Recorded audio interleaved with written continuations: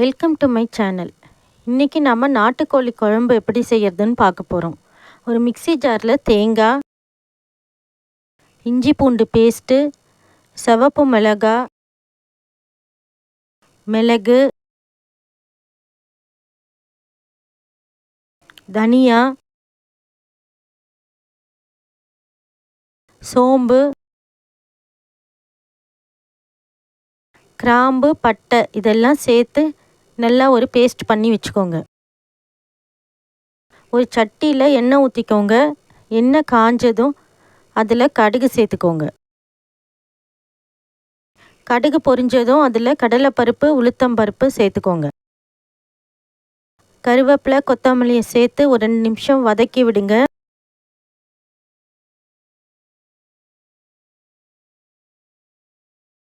இப்போ இதில் நாம் வெங்காயத்தை சேர்த்துக்கிறோம்.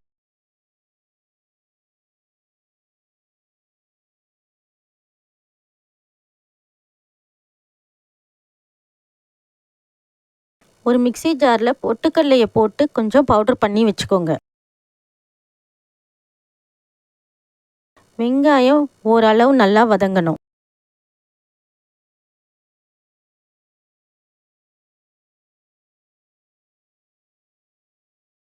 வெங்காயம் நல்லா வதங்கினோடனே நம்ம க்ளீன் பண்ணி வச்சுருக்க நாட்டுக்கோழியை இதில் சேர்த்துக்கிறோம்.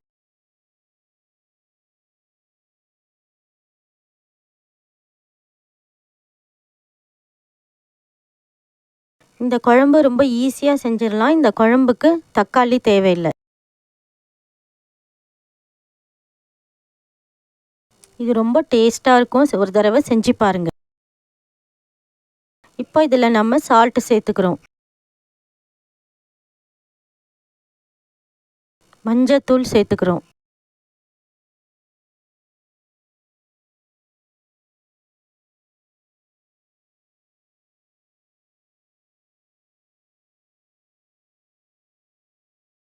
இப்போ ஒரு 3 நிமிஷம் ஆயிடுச்சு. நாம் இதில் தேவையான அளவு தண்ணி சேர்த்து சிக்கனை நல்லா வேக வச்சுக்கணும்.